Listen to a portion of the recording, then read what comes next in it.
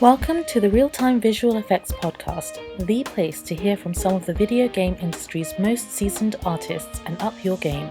Listen in on how you can learn and grow as a VFX artist, discover your own wizard, and network with hundreds of other talented magicians in the real-time visual effects community. Here is your host, Travis McCallum. Hey everybody, I have Jesse Henning, who is a senior VFX artist working at Atomic Arcade with a huge passion for crafting, creating, animating, and blowing things up in a virtual world. He has worked on game titles like Conan Exiles, Age of Sorcery, and Destroy All Humans, with experience in the creation of a cinematic VFX. As both freelancer and full-time employee, Jesse has many perspectives to share on the inner workings of VFX in game development. Jesse, how you doing tonight? Hey, I'm doing great, Travis. Thanks for having me. How's the weather up there in North Carolina right now? You know, it changes every single day right now. So it's been freezing to nice and warm to back to freezing. So it is in that funny season of going on a daily basis. But right now it's good. 56 today. Hey, I call that a win. That's right. So Jesse, I want to talk about all of these awesome game projects and companies that you've been working on, but I do love to start with our hero origin story. How did you get started in visual effects? It's a very long story. I'll try to keep it as brief as I possibly can. I started in 2010. I got into Blender and making videos kind of simultaneously. Someone handed me a video camera at a kids camp one year and I just started filming things. Fell in love with it. Started off in like Windows Movie Maker and then gradually worked my way up in software. I just kept buying software and really loved the fact of adding VFX into my filmmaking. So with Blender, I started doing the motion tracking stuff and just doing very basic things. Followed the Blender Guru tutorials very early on, which were super helpful, and then started getting into After Effects. And I remember the first company that hired me, not long out of college, it was a government organization that wanted me to film trainings and do IT work for them. I was a horrible IT guy. I failed the interview. I actually showed up a day early and then failed the interview. But because I had done some video competitions, they liked that and they wanted me to be able to film and do some animation for them. They hired me. It was my first full-time gig. And when I was done with my work, I would just learn for sometimes 8 hours a day. I would just be watching tutorials and just learning everything I could, trying to do my best there. And then 2 years later, got my first job doing animation and filmmaking, launched kind of a career in filmmaking for about 7.5 years. And then animation just kind of took over. And I was getting an itch to start my own animation company. So I started to transition in 2018, started taking on animation clients. I remember I was working probably about 80 to 100 hours a week between being a filmmaker and my animation work. And then 2019 rolled around. We were pregnant with my daughter. I knew that I couldn't do that life anymore of just killing it all the time and burning it at both ends. So I decided to do the smart thing, quit my job, and start an animation company, just freelance. Then the pandemic hit and video games kind of found me. So I was kind of loving the world of animation and digital art, started to put the camera behind. Then a recruiter from the games industry found me, saw my stuff, the client work I had done for companies like Toshiba and Lenovo and some of those commercial projects. And they said, hey, we think you have some skills that could translate. There's a company that is looking for a senior VFX artist for a new game called Dune Awakening. It wasn't called Dune Awakening then. It was just a Dune game in the Dune universe. That's what it is known to be today. I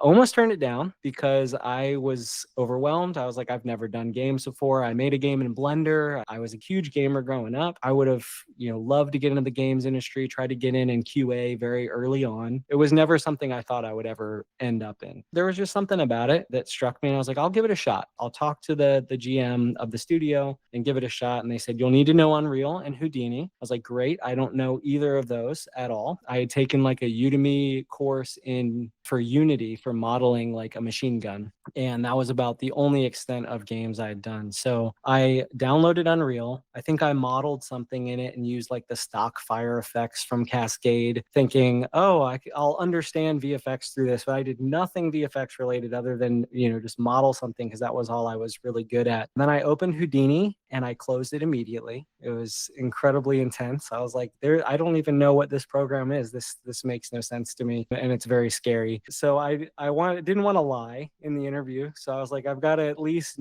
do something in these programs to say, yeah, I've been in them and I know what they are. And so when I got on the interview, the GM was very gracious. He more so was looking at the fact that I had done client work and that I could be trusted to manage deadlines and high-end work. And he asked me, and I said, yeah, I've been in Houdini, which wasn't a lie, but had not been done anything in Houdini, really. Been in Unreal. And then he's like, well, I tell you what, I think we can agree you're not a senior level artist. And I was like, that is totally fair. Yep, there's no doubt in anybody's mind. I've done nothing in games. And he's like, so I think we're going to pass on you. However, we would like to keep you in the mix. So let's give you an art test, see how you do, and then let's go from there. So I sent my family to stay with my mother-in-law for about a week and a half up in West Virginia. And I downloaded Udemy courses, started learning Houdini. There weren't really much in the way of Houdini for games. They wanted me to do like an explosion and something related to sand for sand effects. I just started learning Unreal and Houdini for 2 weeks. I was just like, I was in it every day, tried to understand how to make an explosion. I think I rendered out like 8K flip books because I was like, quality, like this as a filmmaker, I'm just like, well, it's got to be the highest quality and I got to get it to look good, built, some stuff. And they liked it enough to say, hey, we'll give you some contract work in the summer. And I ended up getting a contract that summer and worked with another artist about 107 hours in the first 7 days. Was doing posts up until that point. So it wasn't like it was just the art test and then nothing and then I got it. I was starting to post effects. I just kind of fell in love with it. I was like, there's something to this. I love building something and then walking around it, playing with it, blowing stuff up. It was intoxicating to me and it just kind of gripped me. And I was like, this is the path that I've been looking for my entire career. This is what I really want to do because I loved being a generalist, but there really wasn't a good path in the industry for a generalist. And this seemed like the best fit for that. And so I worked on Conan Exiles that summer. I remember we were almost out of savings. Like I had like 1 month left of savings. We were on a beach, which is where I made the decision to go into 3D animation in 2018, was sitting on a beach with my wife, determining that I wanted to be an animator over a filmmaker. And we were sitting on a beach again, enjoying vacation. My daughter was like 6 months old and we had 1 month of savings left. COVID was killing us. My clients were drying up. And I got an email while we were at the beach just saying, hey, we've decided we want a full-time VFX artist on the project. Do you want the job? We'll hire you tomorrow. I was like, you got to be kidding me. So I was like, yes, absolutely. I loved being on that project. And so I got hired. And then that was my foray into VFX and the games industry. And I never looked back. I fell in love with it and loved this community of artists as well as just the work I got to do. And honestly, Conan Exiles was probably one of the best first projects I could have been on with the variety of effects and the way I got to work and the people I was with. So yeah, it was a great experience. That's such an incredible journey, Jesse. Super happy for you, man. Thinking back to your childhood for just a minute, when was that moment where you were introduced to some kind of show or game that got this idea in your head that, yes, I want to be in the entertainment industry someday, where that initial thought came from? Honestly, it wasn't necessarily from watching a certain thing. It was more my uncle had like an old VHS camcorder and he gave it to us. And it was just this massive, I mean, I'm sure you've seen those, the massive VHS camcorders that you just slam a tape in the side of. My earliest VFX I ever did was making my sisters disappear. That was it, which was just turning the camera on and turning it back off. I'd snap my fingers, go turn it off. Someone would bump the camera inevitably, so it would slightly shift and then we would hit record again. And that was my favorite thing to do, but I started recording my band practices growing up. I'm a drummer, so I was in bands growing up and started filming nature shows. I loved Wild America. And so I would go film animals and stuff like that. And so once I got a camera back in my hand, just filming my friends, that was kind of it. I was like, I just want to keep doing this. I want to pursue this and I want to go forward. And like I said, I was a gamer growing up. So my first system, my cousin handed down to me his NES. And I remember playing Super Mario Brothers and Zelda. And there was a game called Star Tropic that I could never beat, but my mom beat it. She was like her favorite game. She would sit there and beat it and I couldn't do anything with it. I fell in love with it. So entertainment was kind of always a part of my growing up in some form or fashion. I love it. Is your animation studio company that you started still going strong on the side, or is that a pastime? Yeah, once I got into the industry, I kind of shut that down. I did work for a couple of clients until 2021 was probably my last project that I did. And then I shifted everything over to games. At that point, I was like, this is the path. I don't want to be distracted. I don't want my skills to lapse. I want to make sure everything I'm doing is related to that. I worked for a third party studio on a sci-fi shooter called Chorus, and then Destroy All Humans 2. So I got to work on those two projects. And then after that, I really wanted to do something with education. And so I started building courses and just trying to give back in a way to the community. So yeah, everything's been focused on VFX since that point. Rock on. Speaking of VFX, I always like to ask my guests how, in their own words, they would like to define what real time visual effects is to them, and maybe speak a little bit about your own values and beliefs on what the purpose of VFX is in games. In other words, why have them? Yeah, I was actually trying to think of what games I've played that don't have any VFX. There was one I think I remember, but honestly, I don't remember the name of it. And I can't think of any off the top of my head that don't have VFX. And so my belief has been they're such an important part of the process. I know various people have done VFX before, programmers, tech artists, environment artists. It's always funny hearing the stories of people who've gotten a VFX because they're necessary. My philosophy is probably not very different than most of my colleagues. I'd probably say, first of all, believe that they're a very critical part of communicating gameplay, feedback to players. Like I said, I don't really know of any games that don't have them. I believe they should be clear in their intent, appropriate in their visual language and style, and stay true to the theme and lore to ultimately satisfy the needs of gameplay. As a filmmaker, that was one big thing for me, was always trying to keep cohesion on a project. I think it was Steven Spielberg who said it: contain the pieces of magic you use, don't use more than two pieces of magic. In other words, keep the theme consistent and cohesive. So my approach to visual effects has always been, I want to make sure this is grounded in the game's style and lore, and it doesn't venture outside of that to where it gets unclear or muddied on what they're actually for, and what their use case is. I don't really think there's one right way to make VFX. I think there's so many different ways. I think really just, again, the wrong ways are when you're making something that isn't communicating what the intent of it should be. Also, I would venture to say our programmers and engineers would tell me the wrong way is when they don't perform or break the game. And then, we have to go and fix them. That's another thing I think that I always strive for, is trying to make sure they're performant and optimized. And so my approach is, when I was making films, I was at a very fast pace. Sometimes I was doing commercials, sometimes I was doing music videos, and there was times where I was turning over content weekly. And when I was on set, a lot of times I was a director managing a bunch of people while managing decisions in real time. I've learned over those 10 years how to become a troubleshooter and how to navigate issues and problems very fast. And so my approach to VFX is always to have at least 2 to 3 backups when creating something. So if something goes wrong, I can pivot and go a different route, and I'm not betting all my cards on one. So I try to make them modular enough to where if we have to backpedal or we have to go a different direction, we can move very fluidly and continue to work quickly. That's part of my process, is really working on systems and making sure things are built in place so that we can make changes as needed. And then I don't think really you can master it. I think there are people who are masters of craft, and a lot of artists I see have such a good focus on their style and their niche. And so they get noticed for that quality. The thing that I love is the fact that you're never going to master this. To me, it's not like being like a master plumber or a master electrician. Like when you're a master of those crafts, you know things so well, you can tackle anything that's thrown at you because you understand pretty much everything that a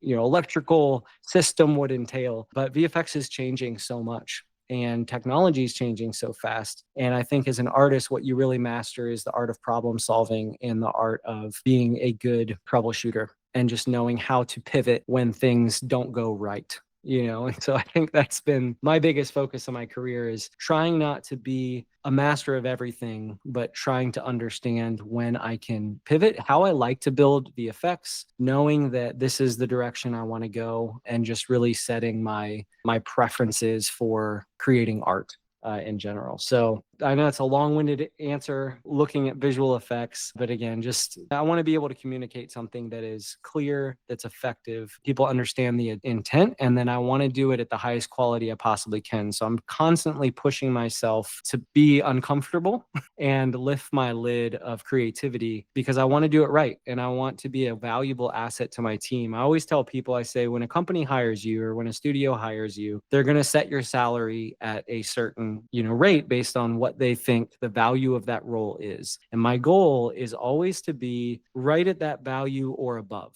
And so I want, especially if my salary increases, I want to increase my skill level. I want to be valuable to the studio that has hired me. And I also want to be valuable to my team. And I don't want to cause any bottlenecks or hiccups, especially since VFX sometimes comes at the end of that process. I want to make sure we're moving quickly and satisfying the needs and communicating effectively and being a valuable contributor to the project. So it's an uncomfortable place to be a lot of times. I think everybody feels that imposter syndrome. I've been in the industry now for a while. I've worked on various projects, but there are still those moments of feeling like an imposter. Like, do I know enough to do my job? Am I good at this? There's those middle parts of the project where you're like, what am I doing? Like, am I doing this the right way, the best way? You keep pushing forward. And that's what all the years of projects has taught me, is that eventually you'll get there. Just keep going forward. My friend Urban Bradesco would say, fail fast, fail quickly, fail often, so you can move forward. And I love that, that mantra. So yeah, that would be,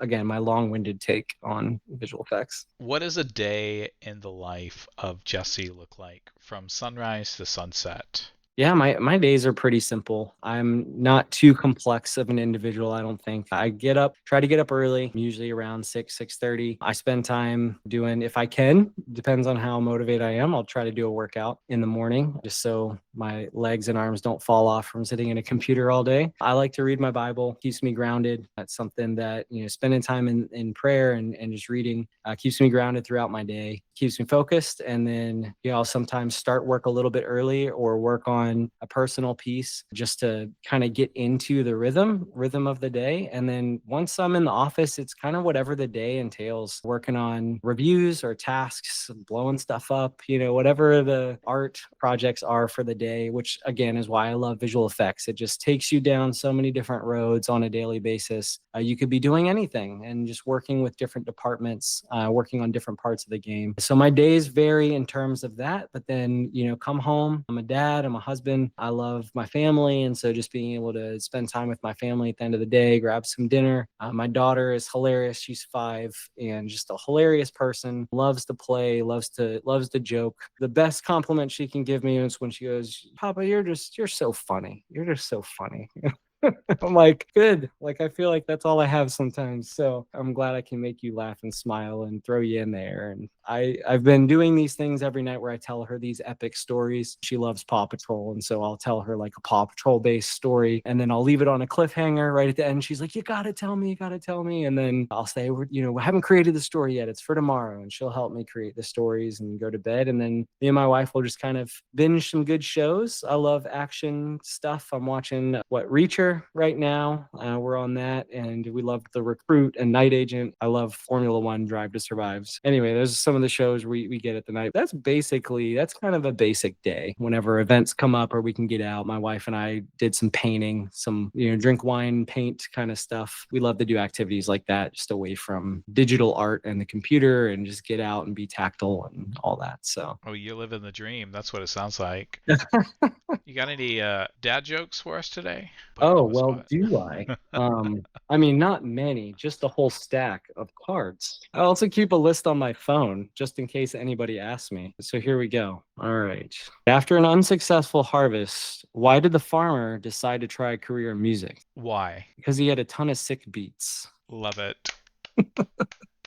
That's a good one. Thanks for sharing some humor today. Yeah, yeah. There's like 250 more of that. There's more where that came from. So just watch out. All right, let's go back to VFX for games. Earlier, you had talked about how one of the biggest skills us as VFX artists can have is being good problem solvers and troubleshooting. Can you talk to me about one time that you ran into an issue and how you overcame that issue? And that can be a technical, an artistic, or even just a people issue. Yeah, one of the biggest challenges for me, there's been many, especially getting into visual effects, learning Houdini, Unreal, just trying to understand all of that. But there was an effect I did for that game Chorus where I had to do a dissolve. And I remember thinking, okay, if we have mesh distance fields on, then we're good. There's a lot of really cool stuff you can do with mesh distance fields and Niagara, and it was for a cinematic, so I was thinking, this will be great. It turns out they didn't have mesh distance fields on, which I had already known that could be an issue because other projects I had worked on, for whatever reason, they didn't use them, and I was usually at the end of the project and they're like, well, we're not going to turn it on now, it could break stuff and all of those things. So they weren't going to turn it on for this project. I was like, okay, well, I can't use anything with mesh distance fields, so I can't use the technique that I was going to use. I had also already done a bunch of prototyping and shown it to the studio to say, hey, here's what I'm thinking, here's where it looks, got it looking really cool. And then what the bombshell was dropped that this isn't going to happen. And I had spent like,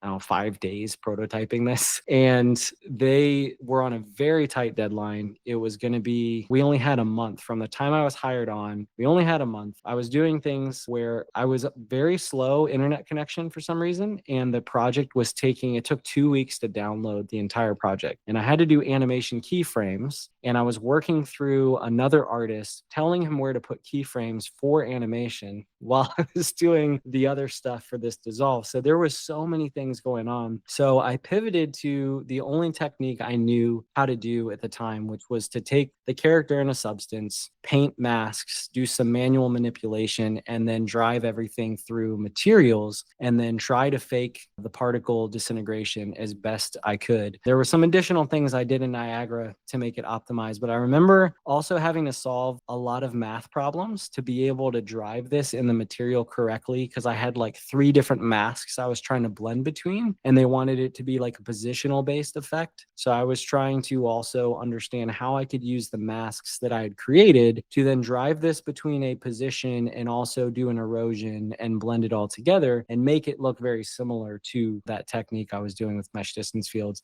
And I just remember working so hard on that, but it ended up working out. We got it shipped, and the effect came together. But it was such a hard pivot because I wasn't expecting it. And so when I said, like, I always have like 2 to 3 backups, at that point, I only had 2 ways I was going to do this. And that ended up being the other way. It just required a lot more work. So it was a lot of troubleshooting, a lot of, trying to navigate that project of not having the project and also making it go very quickly, because I had a very short amount of time to pull that stuff off. So I love how you had mentioned there was one technique you had in mind, but it wasn't fitting the project, but you were able to find a second technique that did fit the project. And one of the things I love about that is, especially in the world of VFX, is that we have this toolbox with all these different techniques that we pile inside it, and we as artists need to be able to build our knowledge and know which tool to pull for the project that we're working on. So the more tools you have to work with, more options you have to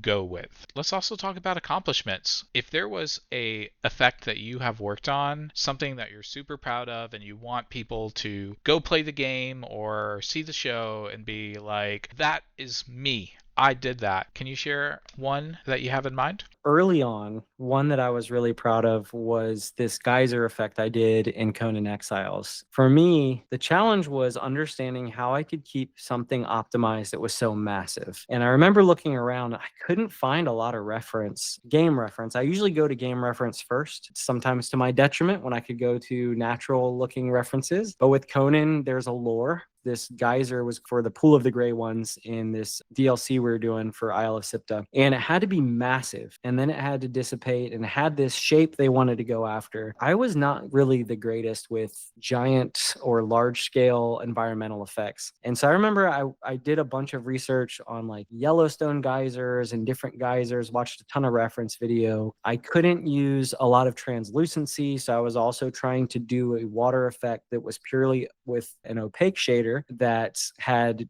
a dithering effect on it. So there was a lot of blending issues. And I remember I took the Blender, I took all the environment assets, I took them into Blender, I modeled like a geyser, did all the test animation, and just really tried to understand how this was going to kick off and then dissipate. And not only that, but this was also an element that was tied into the game. So you had to use these statues to activate it. And then when it spawned, it was also supposed to hide the spawn of enemies coming into these pools. There would be different types of enemies depending on the statue. So I had to make it big enough and then also concealable and then not break the bank on budget because there was going to be a ton of water particles and all this stuff. And I just remember working really hard on animation and timing and then also the material. And so I just remember trying to keep my maps texture resolution super small while making it feel organic enough, and then doing less simulations for water and just really working on my water particle textures. I think what made me so proud of it was that, one, it felt really good when it kicked off. And then I saw like a YouTuber put it on her YouTube channel and she was taking stills and pictures of it and showing off the effect from different camera angles. Again, that was early on in my career. I was just really excited about it. I was like, this is really cool. Watching other people play with something that I just put so much effort and time into, that was a really big struggle for me, but there was such a good payoff at the end of it. So I just remember being really proud of that one. I totally agree. Working with liquids is such a challenge sometimes because liquids can be anything. They conform to the shape of whatever container they're in. I can't even imagine like how you think of a geyser. So all that research and time that you put in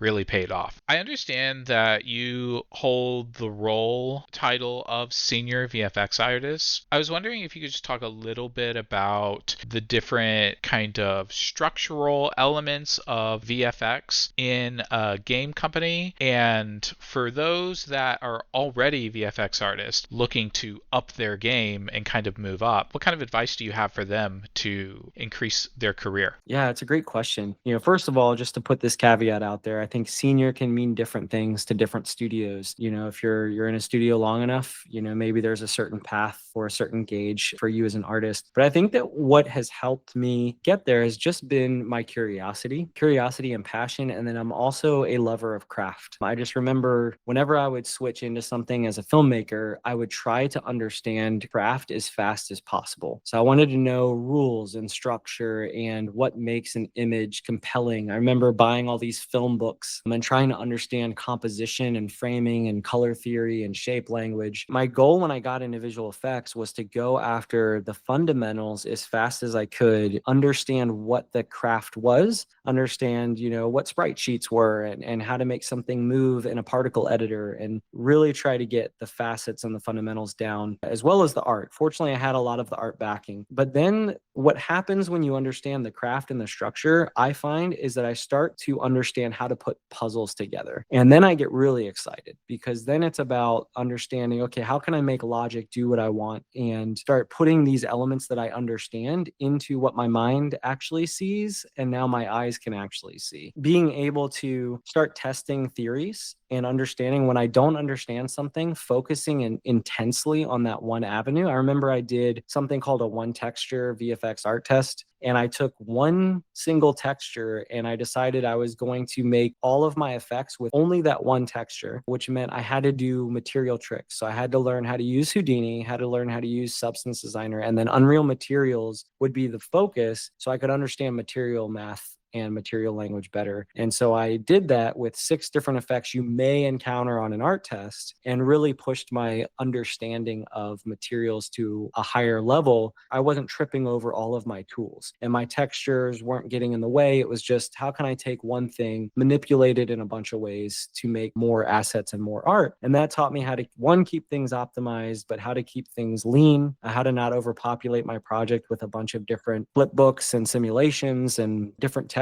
and just really get the most out of one asset. And so I'm always pushing myself in limitations. And I think that's probably the biggest thing, is understanding that when you have choice overload, you start thinking about all the things that could be, all the things you can craft and create, and all the things that you can make. You get overwhelmed and then you fail to make things. And so for me, it was limiting the choice overload by putting an extreme limitation on myself and then being able to focus and move forward. And that's one thing that I consistently try to do as I'm learning learning new methods and techniques, is just focusing. And I'll never forget, I took a workshop with a guy named Alex Buono, who was the DP for SNL, and it was a live workshop. So I got to meet him and talk with him, and he just gave a very simple but a very brilliant piece of advice, which was be a factory, not a warehouse. I tried to apply that to projects moving forward, which basically meant if you're always thinking about that one masterful idea that you think is so grand in your head, and most of the time you're going to think, I can't do that until I get to the skill level where I'll be able to do it. And you just sit on that and you never make it. When you realize that that idea is probably not your best idea anyway, just go out and make it, learn from it, and then move on and keep making your ideas and keep doing it very quickly. You're going to fail. You're going to understand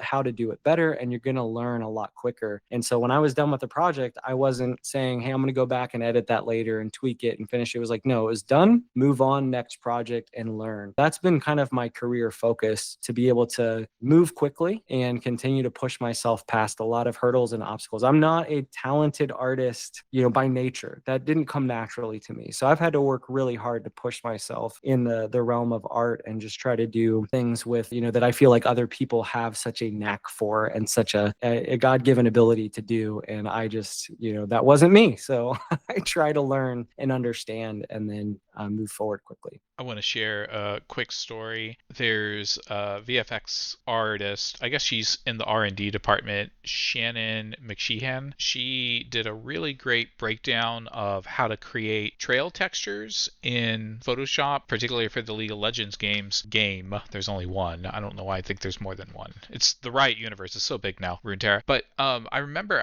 I was stressing so much about making my pen strokes look exactly like hers, using the right filter in the right way. And I realized I was stuck in what you kind of describe as this analysis paralysis, where you're trying to copy somebody else's work verbatim, and that's not how art should be. If you obsess over that kind of perfection, you're never going to push forward in your own art and your own prototyping, as you described earlier. So it's really good to hear that one of the pieces that we want to do is just get it out there. Just accept that it's not going to be great, but it will get better over time. Thanks for sharing that. Appreciate it. Yeah, Shannon's awesome too. I've talked with her a good bit. She's a really talented artist and awesome person. Atomic Arcade, are you on site or are you remote? Fully on site, going to the studio usually around 2 days a week, remote 3 days a week. Yeah, hybrid. I love being able to go in or, work from home, just having that flexibility. Can you talk a little bit about what it's like to work on a team as a VFX artist? Because a lot of times,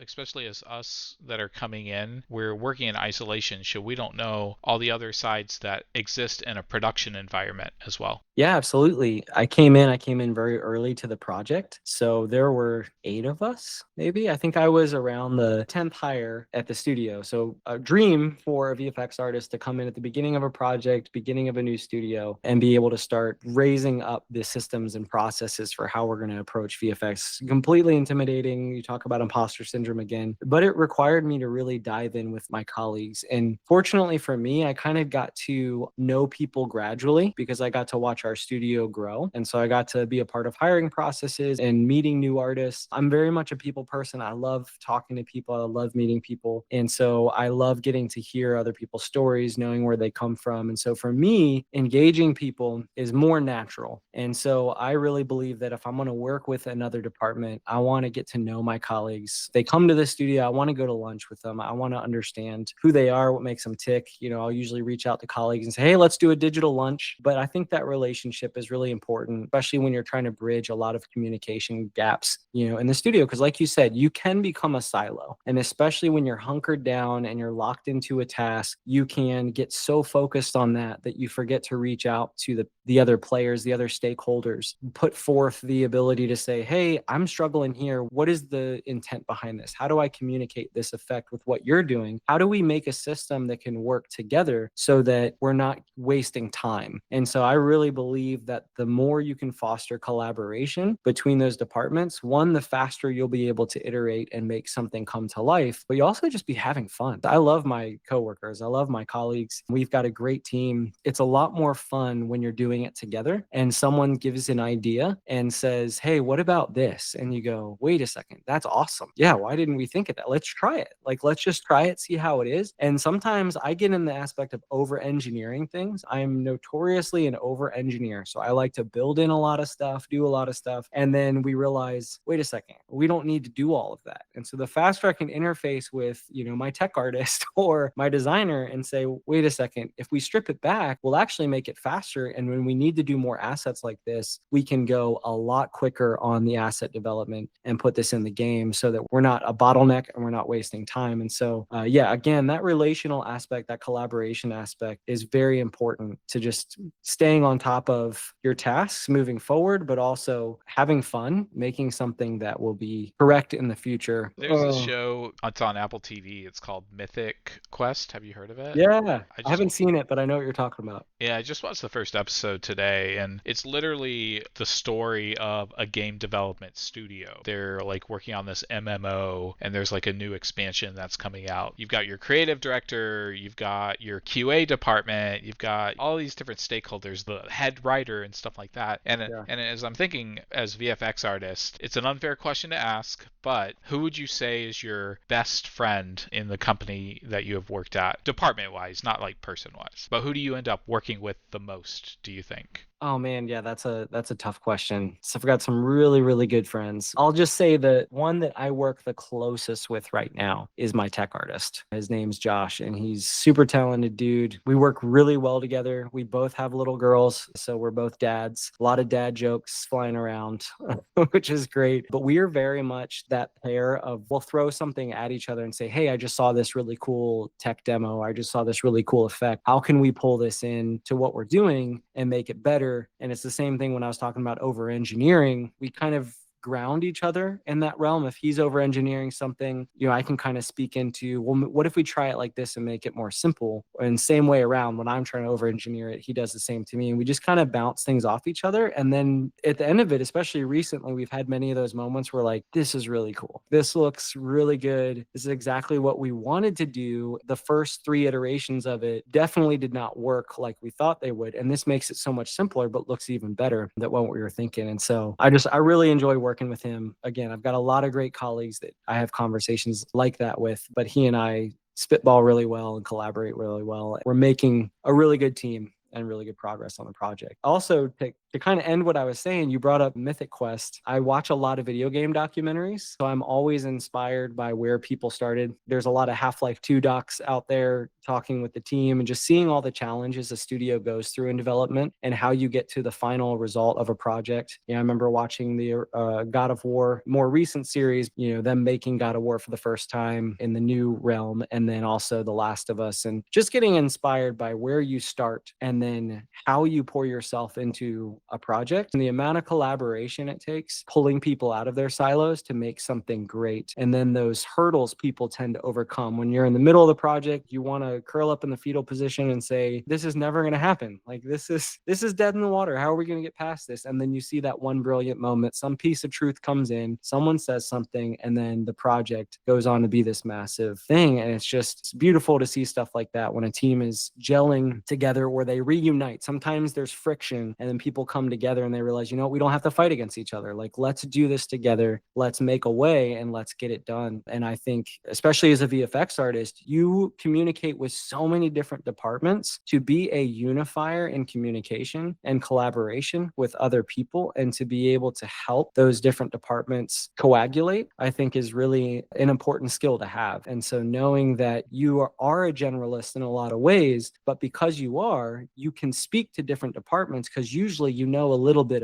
about each department to help get the information where it needs to go and make things happen. I love it. I understand that there are different types of VFX that are needed for individual projects, and sometimes they have whole teams dedicated to those specific VFX. You have had the opportunity to work on VFX in environmental, but also in cinematic space. I was wondering if you could just talk a little bit about maybe some of the key differences with the types of effects that you've been able to work on. Definitely done just so many different kinds, but between gameplay and cinematics, I think the biggest difference between the gameplay versus the cinematics effects that I've worked on has been the tie in back to my filmmaking background, and I enjoy both in their own way. With cinematics, you definitely get more of the scripted action. You want them to be consistent. So with gameplay, you're trying to randomize, you're trying to create variation. You want things to be different whenever they kick off. So you don't see the same thing twice. In cinematics, a lot of time you want to see the same thing every time the cinematic kicks off. And so that's another challenge I had kind of going into cinematic effects, was just understanding how I can make the systems that I've built in a way that will maybe have some randomness, but will always be the same, so that the composition doesn't change dramatically. We don't occlude characters, we don't interfere with the moment that is happening. And then also learning how to cheat more. Like I remember there was a moment where I did an explosion and I was able to just put it on a static card and just animate in the sequencer, all of the stuff that happened. It was all being done from a single angle. So harken back to my compositing days as a filmmaker, where I could just keep it at one angle. I don't have to worry about all of the different views the player is going to experience, versus a gameplay effect where you still want to have this element of composition to what you're doing. You're going to have to figure out how a player will see it from all angles without breaking the illusion of substance to that effect. And that's kind of the biggest thing that I've had to weigh in balance as I've worked between those two different departments. Even now,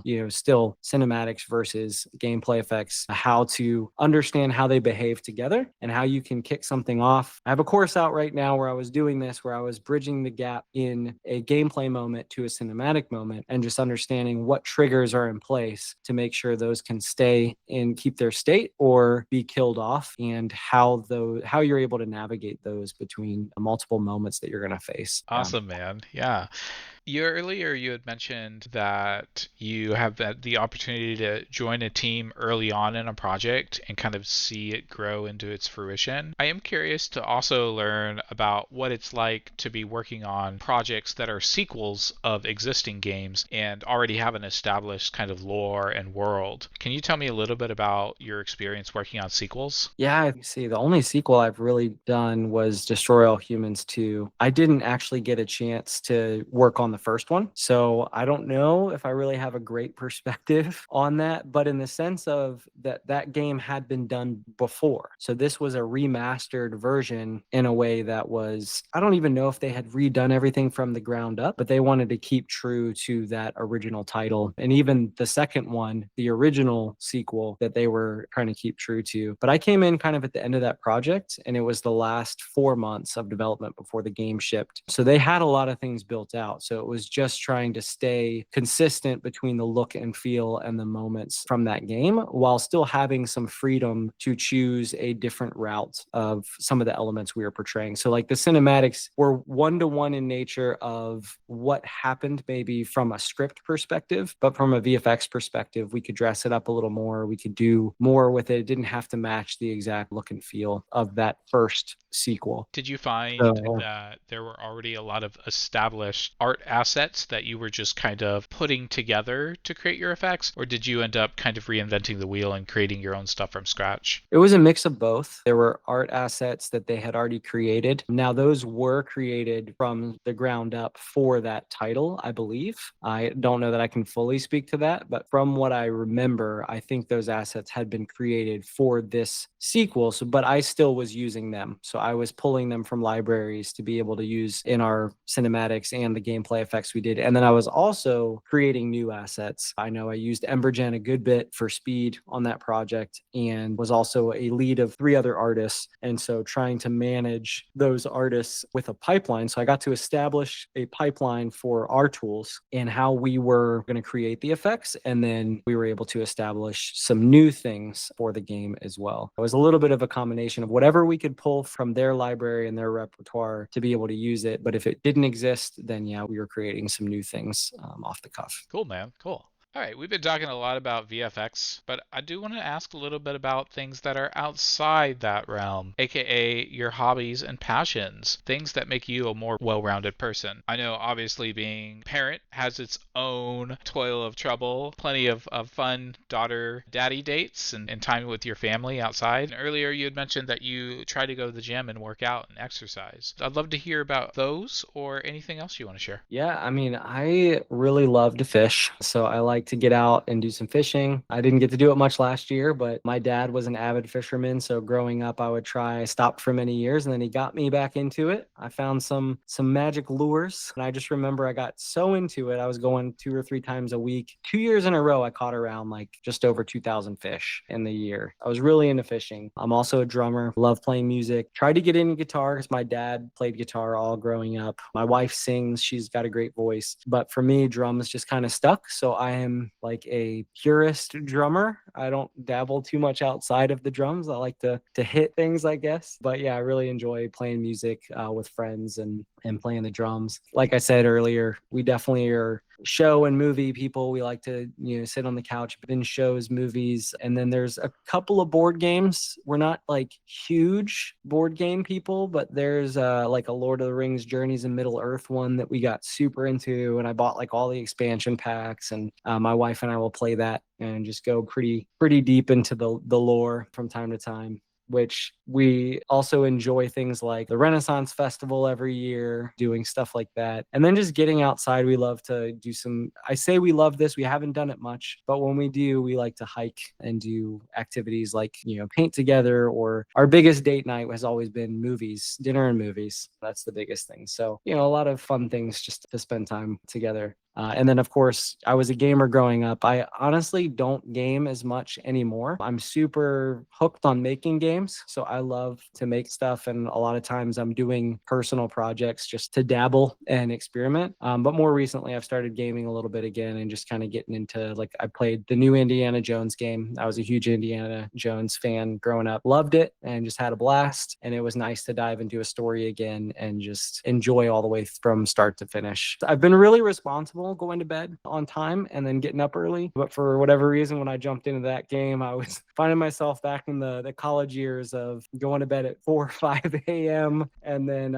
waking up, later. It was over break, so I didn't have to go to work. So I was not as responsible in my sleep schedule. I want to ask about branding and having a personal online presence. First of all, does it matter? That's a great question. I think it depends on what your goals are. So for me, what has mattered about having a presence online is just trying to be relevant, trying to make sure that there's some aspect of who I am as an artist. For me, I've never been one who's great at talking about myself. I don't like it. I don't tend to like attention very much, but I've been told by people growing up that, hey, you need to be okay with talking about yourself and you need to sell yourself so people know who you are, what you're about, what they're going to get if they hire you, and making yourself known. And so sales has always been something sales and marketing, two things that I don't like to do very much. I would just rather create. But the thing that it has been important has been the opportunities that come with keeping yourself in a public eye. And so for me, it's been really important to identify the avenues where you're going to get eyes on your work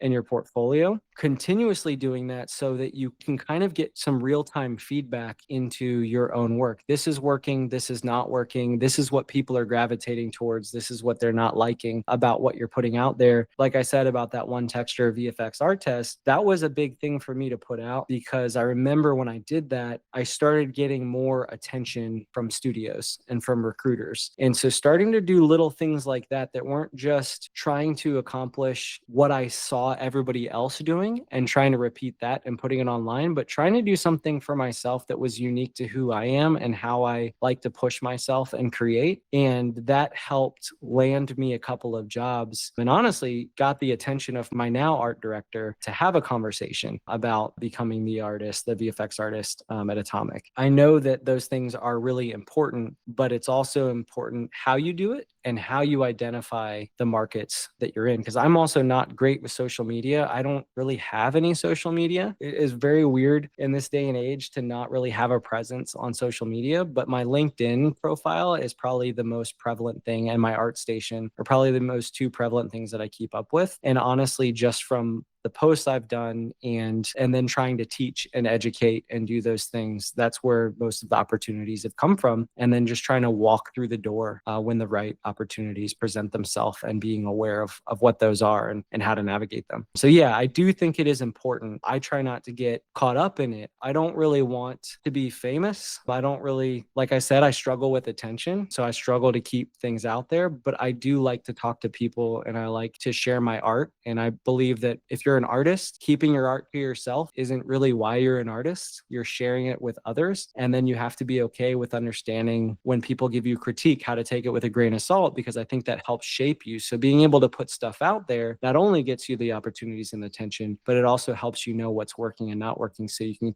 continue to push forward and navigate your craft. I love it. It was, to my understanding, in 2024 and even happening now, that the game industry is going through a series of layoffs where several people are losing their jobs, VFX artists included. How do you bounce back from that? How do you recover from being laid off? Having an online presence, having your name out there, puts you in front of other potential employers who will be like, hey, Jesse, Travis, I saw this work here. Are you still looking for opportunities? So now you can lean in on that. But I also do agree with you that I've heard from other artists as well, just finding your community online and spending your time with them, not necessarily in the general public. You don't have to be on X and Facebook and Instagram and LinkedIn. You don't got to be on all these channels, but just pick and choose, right? Pick and choose what is going to resonate most with your passions and your interests, and do everything in moderation. Well, and I think too, there's two key things: is understanding that when you are putting yourself out there, people are going to start to understand a little bit about your personality, who you are, what you're capable of, how you work in an environment. And so they're going to,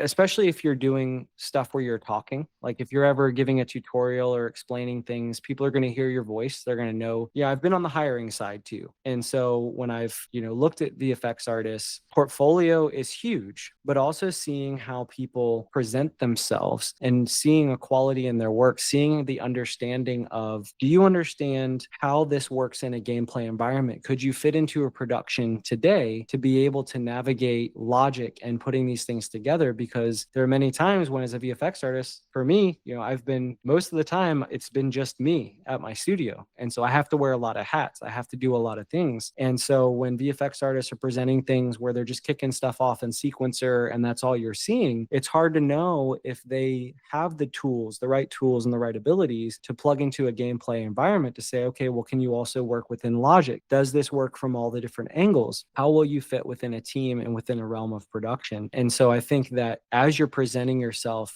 to the public, being aware of the understanding of what people are going to glean from your profile, and knowing like, hey, does it seem like a fun, fun person to work with? And then what's the quality of their work? And then how will they be able to work within a team setting? And so unfortunately, I've seen many of my colleagues and friends experience layoffs. And I think the ones that have found jobs very quickly tend to be the ones that also, when they promote their work, there's also a sense of, they understand the updated techniques. They can also work well within a production because of the experience they have. And then they also know their way around the tools that we're looking for. And so there are the right fits. And so understanding a lot about the industry standards and the tools and those things is great, but then also that personality side on top of it. So things I try to keep in mind when I'm putting stuff out there as well is, this is who I am as an artist. This is what I like to do. So I want to fit within the studio that I'm going to be, working for, but I also want to be aware of what they are looking for. And so I'll look at job descriptions online. Even now, I'm not looking.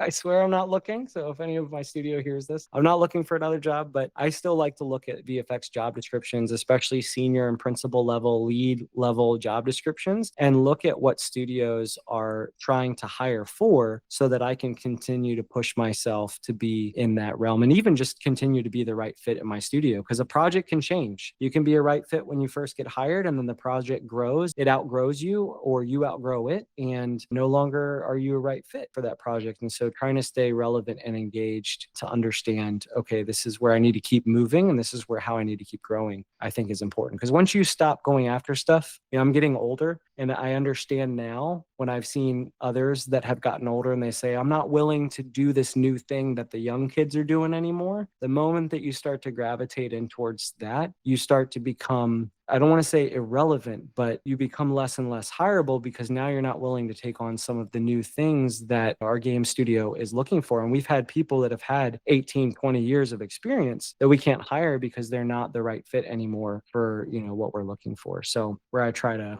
fall in line when I'm thinking about those things. I want to ask about any personal projects or goals that you have for 2025. Yeah, I mean, the biggest goal for me is shipping a GI Joe title. So, working on this game, especially because I was a huge GI Joe fan growing up. I loved Snake Eyes. He was one of my favorite characters. So for me, this is my dream job. I've really enjoyed the work I'm doing and where this is going. And so the biggest goal is I definitely want to see this game through, and I want to take it all the way to the end. Personal goals, I'm still working on different techniques and different things that I'm not good with.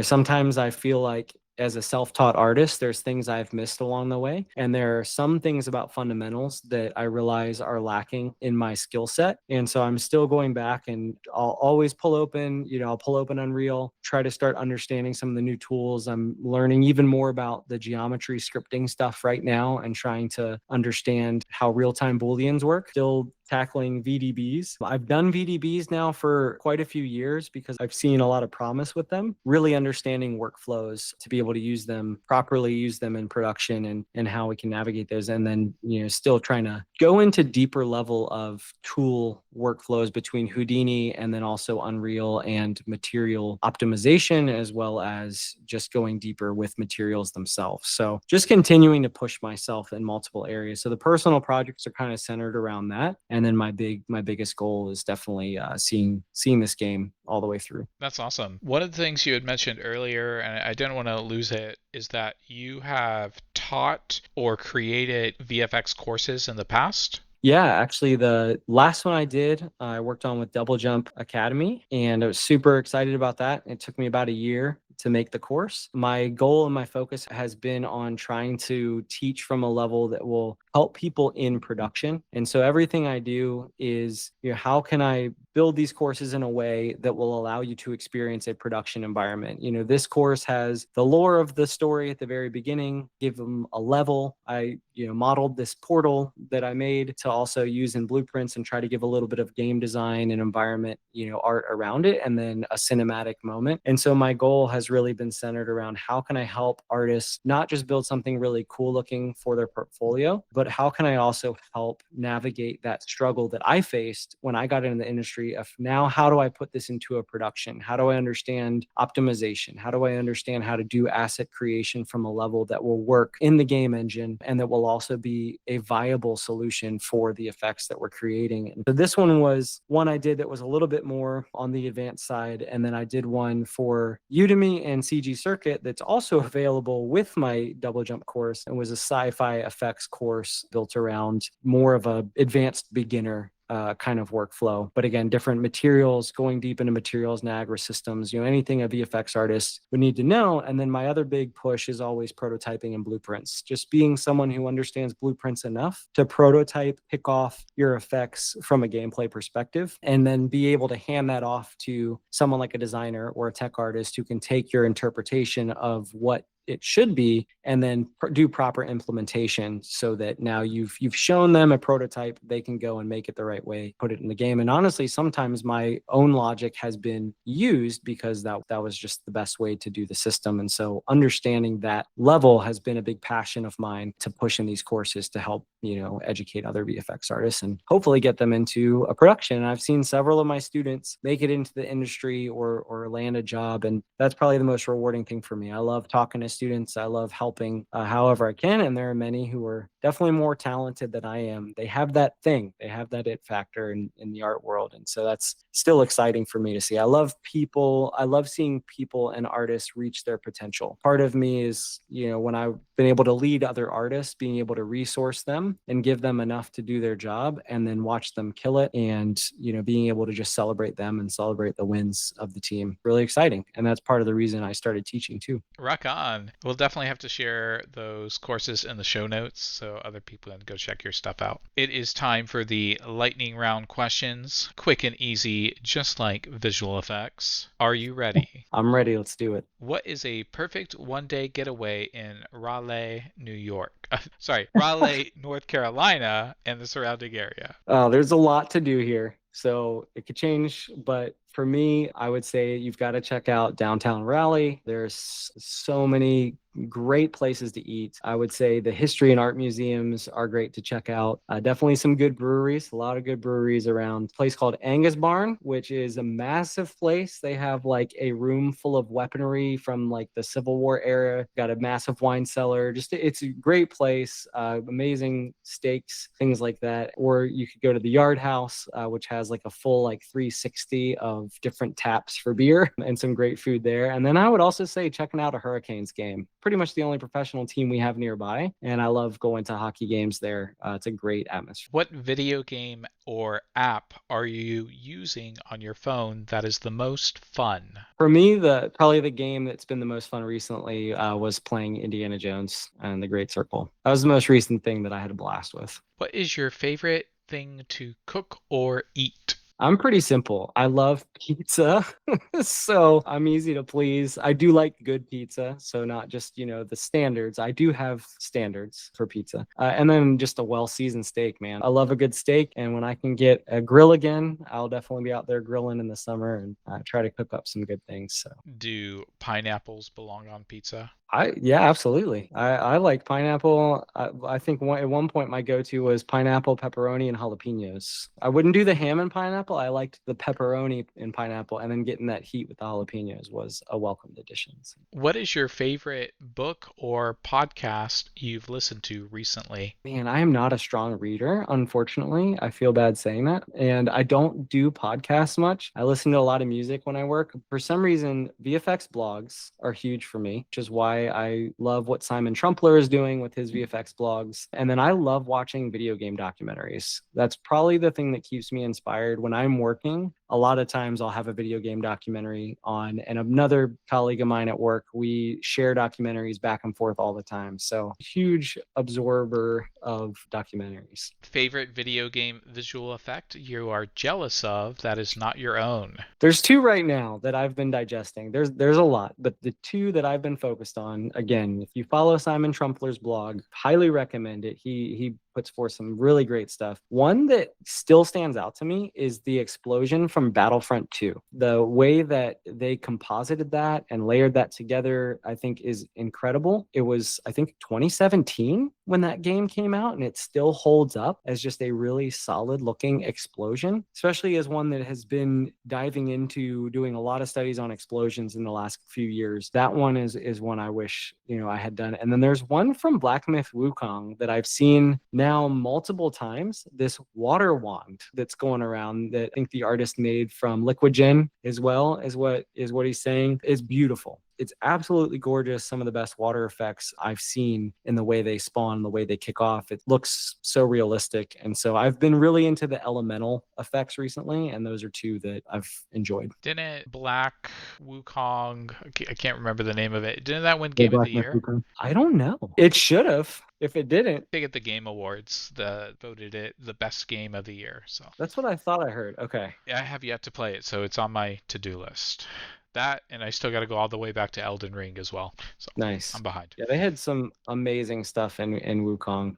They did some great work with visual effects. What are you most excited about for the future of visual effects? I try to be practical when I look at what the advancements are in technology. And one of the ones that I see just some strong promise for, again, is VDBs. Dove into like some Zebra AI stuff, working on compression methods. I think as compression methods get better and better for VDBs, there are going to be some really good practical applications for them during gameplay. I've seen some really amazing stuff from CCP. CCP did some really amazing stuff with VDBs. Andre Bragason gave a great GDC talk on it. I recommend checking it out. But they have their own compression and methods for VDBs and putting them in their galaxies. And they had, I want to say it was over 100 different galaxies that they did with color information in those VDBs. And they look amazing in a game that's decades old now, I believe. So I see a lot of promise with VDBs in the future. They're still not quite practical enough yet. I think cinematics can adopt them a little bit more readily. I'm excited to see what the future holds and the different use cases we'll be able to do with those. Best advice for a first-time visual effects artist or people looking to get into the industry? Yeah, not much different than what I said before. I think learn the craft and the fundamentals first, and then really dive into the tools and kind of, again, stay focused, give yourself some limitations in that, but understanding the craft and the fundamentals first, and then knowing what style you want to make at the start. Are you going to be more of a stylized artist? Do you enjoy that versus being grounded in realism and really making that your focus so you're not just shotgun blasting everything and then you get stuck picking a direction and not able to move forward? And then I would also say building variety into your reel and doing different types of effects to showcase your understanding of how they fit into like the context of gameplay. It's okay to have the effects showcased in sequences for some things, but then also, like I was saying earlier, showcasing your effects into gameplay scenarios, prototyping logic, and showing that you understand how those will fit in a production environment and within a game project. What question do you never get asked that you wish you were asked more often? That's a great question. Yeah, I've worked with younger artists in my career, and I think one of the things that maybe I wish I got asked more often, and even that I wish I had asked more often earlier on in my career, is what are the habits or things that I should focus on now to help set myself up for longevity in my career, rather than a lot of short-term goals. There is short-term goals that are completely fine, but knowing what it is that will help me stick in this career and continue to push myself past my growth ceiling as things shift and change, and what habits can I establish to make sure that I can always overcome that next challenge, as I'm growing, I think is a good one. Can you share what you think one of those habits are? Yeah, for me, again, it's leveraging the power of your limitations, knowing your limitations or limiting yourself, like severely limiting yourself to where, like going back to my one texture VFX art test where I'm giving myself something in order to learn a process. I wanted to learn materials. So don't do anything else outside of materials in order to just focus on, okay, I want to make a muzzle flash, but I want to make it procedural. How do I do that? Let's go in one direction and let's focus on just that one task. And so continuing to understand maybe where some of your weaknesses are so that you can limit yourself to grow that weakness into a strength a little bit faster versus, just trying to figure it out. Any final thoughts or things you want to plug? Anyone you want to shout out or promote? Anything going on? Yeah, I gave that piece of advice I got from Alex Buono. That's one thing that I would say I want to leave people with. It's been something that's also helped me in my career tremendously. Just remember, be a factory, not a warehouse. I also, as I was studying storytelling, there was a book I read on story by Robert McKee. Basically, he was talking about writers, but I crafted my own statement of craft is the sum total of means used to draw the audience into deep involvement, to hold that involvement, and ultimately to reward it with a moving and meaningful experience. Without craft, the best a writer can do is snatch the first idea off the top of his head, which I would say, a visual effects artist, then sits helpless in front of his own work, unable to answer the dreaded question, is it good? And I can't tell you how many times as an artist, I have been like, is it good? Like, did I do anything right? Sometimes people say like, oh, they didn't give you any feedback. That means they really liked it. It's like, but how do I know that it's actually good? And so be a pursuer of craft, understand your fundamentals so that, a lot of times young people want to break all the rules right away, but they don't know the rules. And so understand that structure and the craft that you're pursuing so that you can understand that you're doing something right, at least visually has been a good thing. And then the last thing, again, this was from my time as a filmmaker. We used to say, even if a shot is cinematic gold, beautiful, exquisite, impactful, if it doesn't help advance the story, then you have to kill it off. In the same way for gameplay, if your VFX are beautiful, mesmerizing, and cool, if they don't satisfy or communicate the right moment for gameplay, then you got to kill it off or rework it, make it right for that moment, is what I would say. And then I did say, I created a couple courses, so shameless plug. I'll let you put those links, the comments or the notes for the podcast. Jesse, it has been a real pleasure chatting with you today. Thank you so much. Thanks so much, Travis. I really appreciate you having me on, man. It's great to meet you.